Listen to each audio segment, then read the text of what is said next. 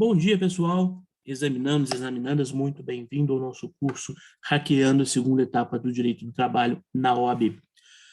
Vamos iniciar hoje o estudo, a análise da peça que eu entendo como mais provável de aparecer no caminho de vocês.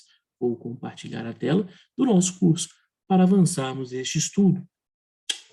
Análise da peça reclamação. Hoje vamos fazer uma análise da reclamação trabalhista. Peça que já faz alguns exames que não cai, é muito relevante e também numa tríade de reclamação, contestação e recurso ordinário. Reclamação, contestação e recurso ordinário, ela vem como provável candidata para que apareça no seu dia a dia. Sobre a reclamação, temos alguns elementos importantes para conversar antes de fazer. Entender que ela não é, de forma nenhuma, um bicho de 7 cabeças. Pelo contrário, é uma peça muito didática que te permite uma identificação rápida, um caminho fácil de desenvolver, seja estrutural, seja por teses. Vejam só, a reclamação trabalhista traz em seu primeiro tópico um endereçamento, a identificação de competência, qual a competência para distribuir a reclamação trabalhista. E isso você vai encontrar no caso. O caso vai te trazer o local onde o último prestou o serviço ou aonde o único local que se prestou o serviço, o trabalhador, ainda que dê em outros locais para confundir. Competência, onde ele prestou o serviço por último. Após, vamos seguir a estrutura. Não há número de processo, você está distribuindo o processo, não há número de processo. Pontos fáceis, endereçamento. Pontos mais fácil ainda, qualificação das partes. Você está sendo chamado, a peça da reclamação trabalhista evidencia fulano, do caso, te procurou, te contratou para pretender direitos, para fazer a sua defesa, para buscar seus direitos. Então, você vai dizer na qualificação, fulano move a ação em face a, e coloca o empregador. Se for um tomador e o empregador, coloque os dois. Se houver um caso de uma pluralidade de réus, um grupo econômico, ou mesmo de pretender uma desconsideração da personalidade jurídica, 855A da CLT, coloca todo mundo. Só escrever o nome de quem te contratou e o nome de cada um dos envolvidos ou do tomador do serviço, do empregador. Não há mistério, ponto fácil, tranquilo, reclamação trazendo alegria para a sua vida. Vamos ver como elas caíram, como se deu isso na prova de ordem. Acho que é muito importante analisar a peça. Antes, é importante também que a gente faça um checklist, especialmente no tocante aos gatilhos. As peças trazem os gatilhos, vamos suprir aquela dúvida, tenho dificuldade de identificar a peça. Pensa nesse momento, querido aluno do curso de Direito do Trabalho. Pensa comigo, quem está fazendo a prova de Direito Civil. Só nas questões de ações possessórias, eles têm mais peças do que nós. E aí vem família, vem sucessões, vem personalidade jurídica, responsabilidade civil. Olha quanto mais a vida dos outros é difícil do que a sua. Fique tranquilo, vamos conhecer as nossas peças a tal nível que não há como você não identificá-la. É muito tranquilo. Dos gatilhos, o caso vai trazer para você. Sempre que houver uma informação de ação distribuída, ajuizou o reclamante, ingressou em juízo, não é reclamação. O caso já te conta que houve um processo anterior.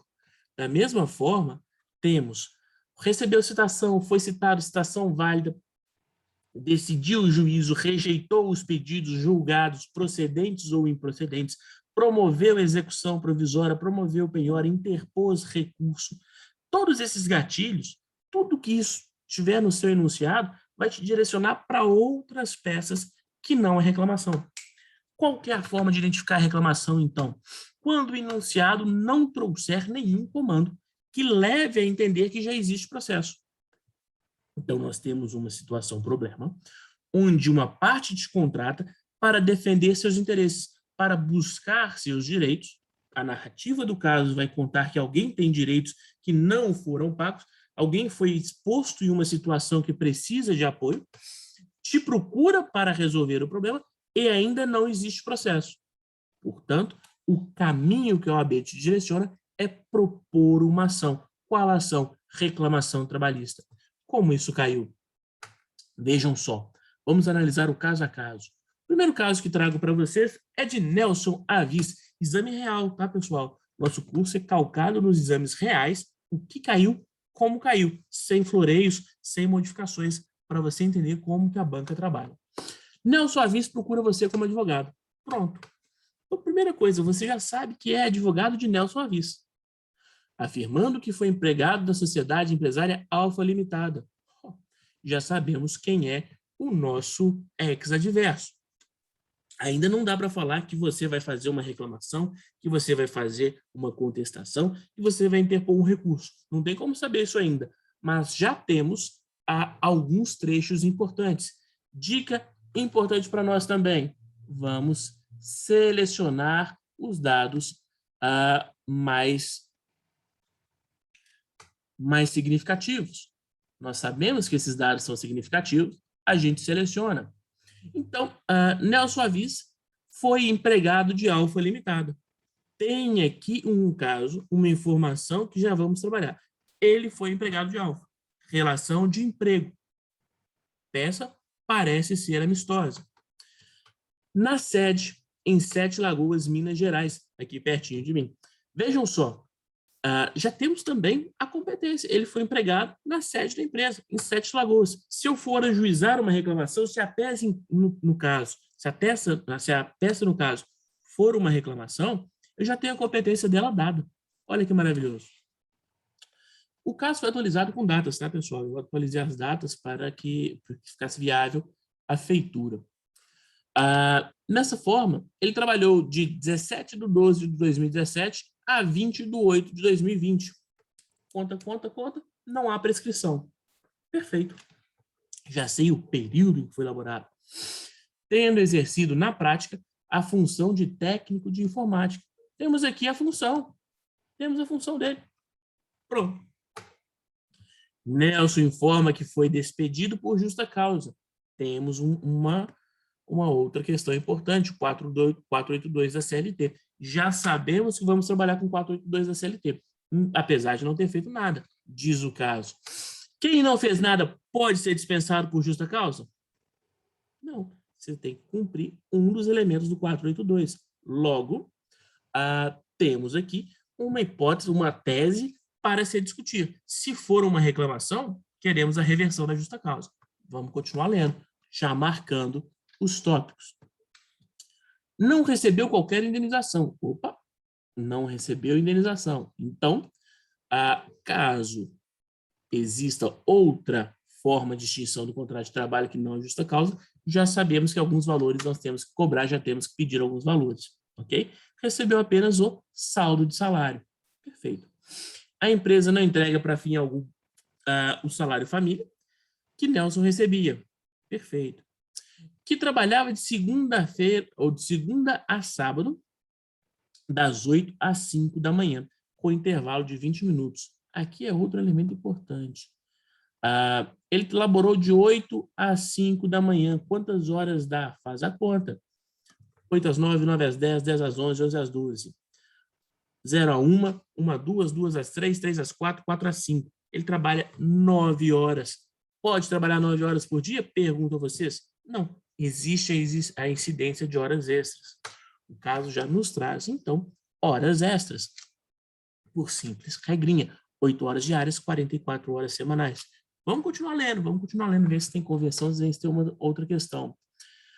Com intervalo de 20 minutos para refeições. Eita, temos de novo informação importante. 20 minutos para refeição, intervalos. Intervalos, nós temos dois tipos de intervalo, inter e intra-jornada. Interjornadas, 11 horas entre uma jornada e outra. Intra-jornada, jornada de até 4 horas, sem intervalo.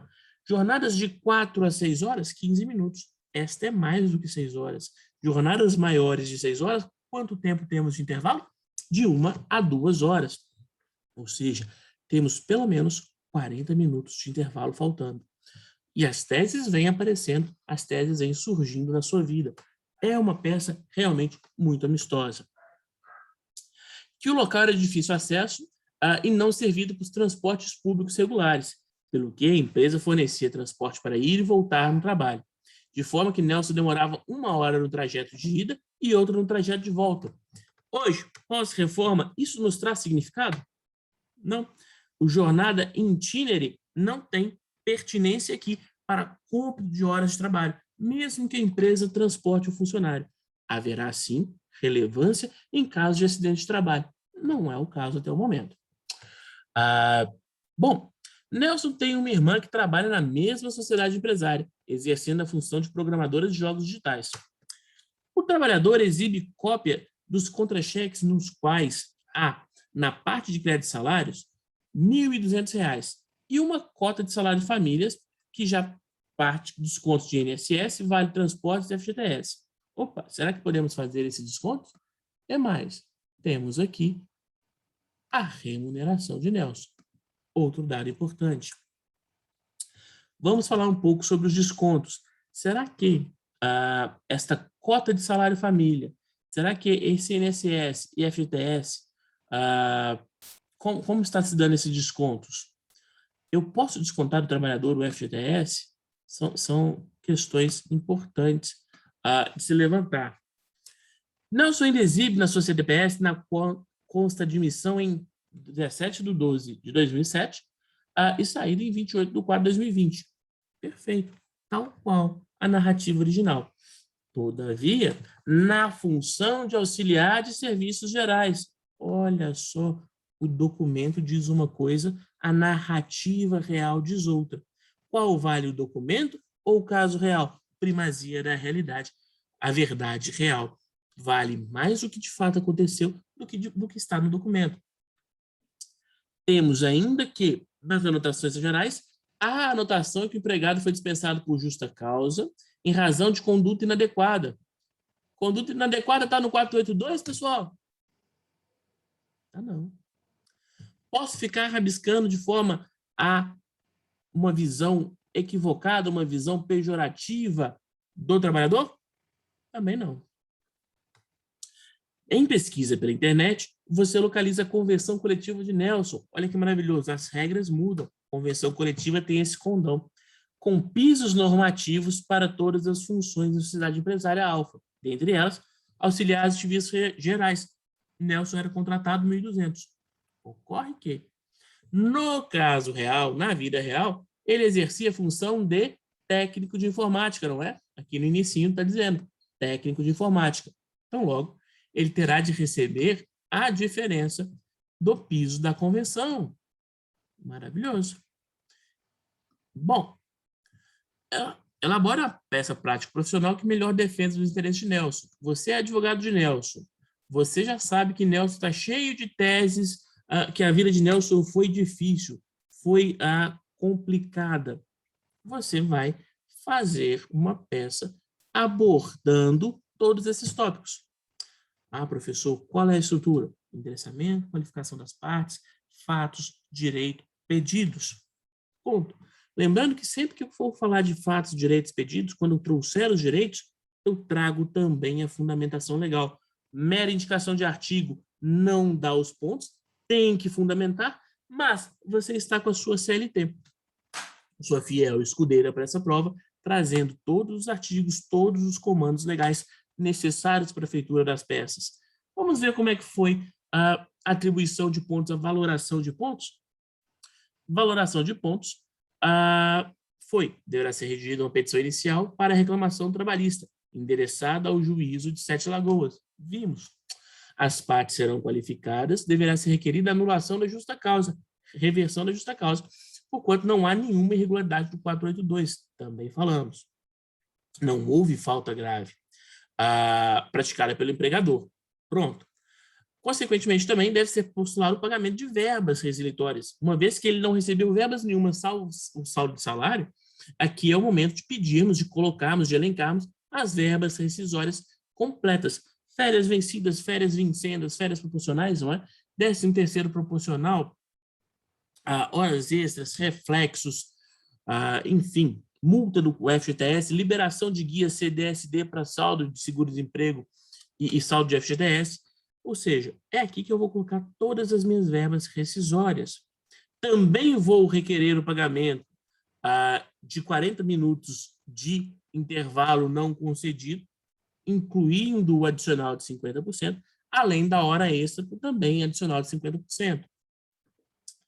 Vamos requerer o adicional noturno, uma vez que o horário dele bate a hora noturna, um acréscimo de 20%, a partir das 22 horas.